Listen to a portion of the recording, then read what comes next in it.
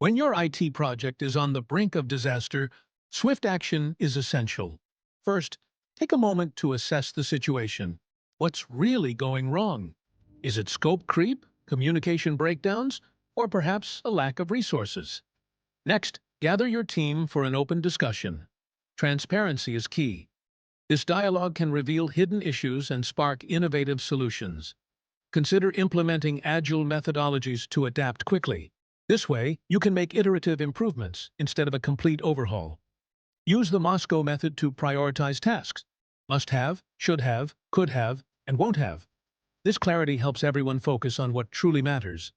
Engage your stakeholders regularly. Their insights are invaluable. Finally, document everything you learn along the way. These lessons will be crucial for your future projects.